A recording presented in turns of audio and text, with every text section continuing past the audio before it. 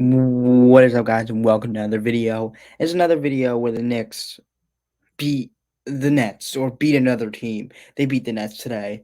Um, what was the final score? If I want to pull that up, 108 to 103. The New York Knicks beat the Brooklyn Nets.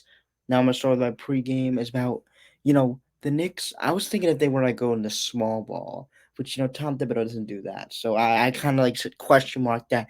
And my biggest thing here was the 9-3. I know the Nets haven't shot the three ball well in the last few games, but they can always hit threes, and I feel like this Knicks team, if they're prone to anything defensively, it's giving up threes. So yeah, I was putting that as one of my things of Knicks gotta deny the three ball today. Um Isaiah Hartenstein hurt, needs some good Sims minutes, and I'm gonna answer that myself. He gave us great minutes. There's his activity level, just being able to switch everything with him, just the blocks, the everything. It wasn't like, passing wasn't there, wasn't as crisp as starting unit. The starting unit wasn't as crisp per se, but still, I think that just Sims did such a good job subbing in. Um, but um, Precious off the bench was something I was thinking Precious would start, but he's coming off the bench, and I do like that. I mean, Precious is kind of a bench big. He's not a starting big. Sims, he can be plug and play. He's a very good lob threat, Jericho, so he can plug and play with the starters. Precious is not that. Um, I was thinking of some Mikel on JB. Mikel on Jalen Brunson was something I was thinking of them doing, because of just Jalen Brunson being Jalen Brunson. You gotta put your best defender on there, and they put Mikel. They tried to put Dennis Smith, which that didn't work, obviously. Even though Dennis Smith Jr. has carved himself out a great NBA, not a great, a good NBA career himself. He's a good defender as well. It's just like, look, you're not guarding Jalen Brunson in one on one. That just isn't happening.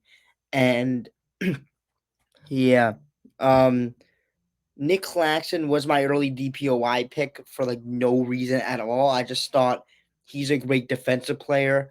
I think he's got to be up there. And I just picked him because that Nets team really needs him defensively. He hasn't had that great of a season so far, but I just think like he got outplayed by Jericho Sims offensively, but just his defensive impact. He wasn't here today, but his defensive impact is really important for this Nets team if they want to do anything. Um, uh, Lonnie Walker is having a great season. That's a great thing to see, especially with these lottery picks. You would just like get into a place where they're at peace. Like Dennis Smith Jr. He was a lottery pick, got wasted on, got sent from the Dallas Mavericks to your New York Knicks, and then the New York Knicks trade him, and he's been everywhere since, and now he landed on the Nets. He's been carving himself out a very good NBA career. It's just those type players I really envy because they just can they're just at peace with their situation. And I guess I could say Cam Reddish down in LA. He's at peace with the situation. Maybe he's carving himself out a good defensive career, um, himself, which I gotta shout out what he's doing there in LA. But that's just a whole other talk. When we get there. But Lonnie Walker, shout him. He's a high flyer, but he's learned how to get the ball in the basket. He's doing it at a high level. It's just hard to play him and Cam Thomas at the same time. It's really hard, and you know, it's difficult to play him and Cam Thomas at the same time. Um, but uh, Cam Thomas, This is a great segue into Cam Thomas. He's someone that can score and go off on any given day. That's what I said to somebody else. That's what I um. That's what I keep saying. Cam Thomas is a tough shot maker. He can go off on any given day. He's just that type of player. You have to have him in your scouting report. It's just one of those players that you don't want to get going. It's him, Jordan Poole, kind of in that situation where, like, I know Jordan Poole ain't having a good season, but damn, like, he can get going. Like, if he gets going, he's shown he can get going. So you have to take care of those type players. But yeah, let me get into my post game thoughts. Getting OG touches early was great because you have to get those players touches. I know OG has been able to get himself touches in the second half, but I like him getting touches early. Um, because him downhill is great. I think that it will be even better with iHeart, him and iHeart on a handoff. But Sims for now is fine, and he's been able to get to his mid range shot. Maybe it's not that efficient, but he's been able to get there and rise and fire. Um, yeah, Julius Randle in the first half. You know, hey, you couldn't guard Cam Johnson. Look, I'm gonna put it as I said. You can't guard Cam Johnson. You just can't. And I know you're gonna bring back the thing where Cam Johnson fought Julius Randle, or the other way around. You could say whatever. Where Julius Randle got ejected, but he just couldn't guard him. There's nothing he could do. Um, it's not like nothing he could do. He just wasn't trying, and it just left him wide open. Cam Johnson just kept firing, and he just kept hitting everything that he put up. Um, yeah, that's why I was saying, Randall, can we contest? Can we please contest? Because there were some moments of this game where he just wasn't contesting, and that happens. That happens a lot this season. It's just something that it's a minor tweak, but it needs to be fixed. It needs to be fixed. So we can't be going in there and letting people like Cam Thomas just shoot their way into the basketball game. Because if you let players like that shoot their way into the basketball game, then you're gonna have a problem. Then you can have a problem. Thank God that the Nets don't have like other players that can really hurt you, like that A1 player. Because if they did, you give up like Luca and Kyrie. Just put that as an example. You let Tim Hardaway Jr. go off. It's you know the ironic is that Tim Hardaway Jr. did go off against the Knicks, but you let him go off, and it's like,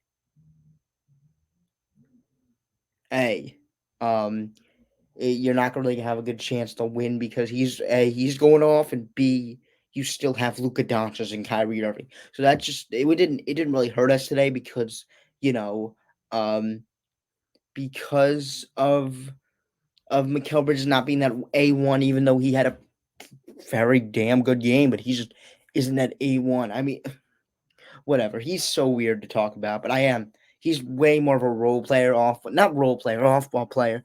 But he's been able to get his shots on ball, which I love to see. The man has a silky smooth release. When it's going in, it's going in. For him, those are the type of Nets players. When the ball's going in, it's going in. So you have to keep that in check. Um, but I love Sims' activity early in the game. Just him, just being active, just straight up him being active. He's active defensively, switching, getting rebounds, trying his best on the glass, even though it didn't look good rebounding wise. Just tried his best on the glass.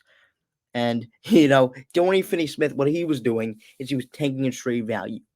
So I heard earlier this week that the Nets want 2 first-round picks for Dorian Finney-Smith. 2. He's shooting. Let me say this in the mic. He's shooting 0 for 13 in the last 3 games. Are you kidding me? Or is that really somebody you want to offer 2 for? I get the defense. I get it. But the 3 is also in the defense. Like, it's 3 and D. Where's the 3? Like, there's none. And it's hard to really sell a guy like that if he's just shooting the ball like that. Uh, but this bench looked awful. This bench looked awful. And I'm gonna say this aloud. This bench looked like a complete utter failure. It was a bunch of just pressures to ISOs. I'm gonna be honest with you. There was some pressures to ISOs in there. I'm going to say this again. Thank goodness we were playing a team like the Nets who won't take advantage of that. But if we do play a team like that will, then we're going to be some problems. There are going to be some problems. But right now, the bench is awful, but it's fine. Just give us Brogdon. That's it.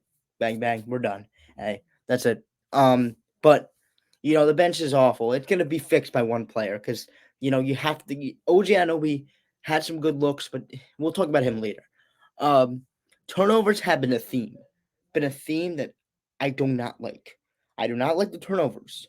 Yes, bringing in somebody like a Malcolm Brogdon, bringing in somebody like a Jordan Clarkson may hurt, or DeJounte Murray may lower the turnovers, but look, for now, Deuce McBride, you have to be more careful with the ball. Quentin Grimes, like you guys have to be Julius Randle, especially you. You have to be more careful with the ball because we cannot be giving up. Whoa, New Orleans just absolutely dominated the Utah Jazz. I just looked at that 153 124 is kind of crazy, but you have to take care of the ball if I'm Julius or because you cannot be giving up those possessions, especially if you're on the bench. You cannot be giving up extra possessions. That's one thing that you can't do. If you're gonna be bad, don't give up extra possessions. But um, I was saying get a rebound because we had to. Precious just couldn't get a rebound sometimes, even though he had some big rebounds, but sometimes he just couldn't.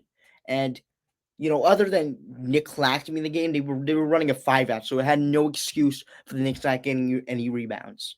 So let me talk about the OG creation reps, which I love. He's getting able to. He's getting creation reps, which means that he's getting downhill and getting to his mid range shot. That is something that he needs to improve on, and that's what comes in reps. When you get those reps, you're gonna be able to be knocking down those shots sooner or later. And if OG can be mid range, not assassin, but if OG can be a mid range, a decent mid range, a respectable mid range shooter, then that's gonna enhance the offense even more. Um, and just extend the playbook. Um, I was saying why is Hart in the game over OG? Well, I'm not a coach because Josh Hart just gave us a bucket when we needed the most. He had a clutch bucket even though he had like 0 points all in our game. He had one big bucket to close at the game. I'm gonna say there's a professional close. This is how you professionally close a game here. If you wanna, this is a professional sport, so you have to professionally close a game. That's what the Knicks did, um, and that was great. I loved every single minute of it. And if we could talk about the individual performances right here for the New York Knicks, 30 points for Jalen Brunson.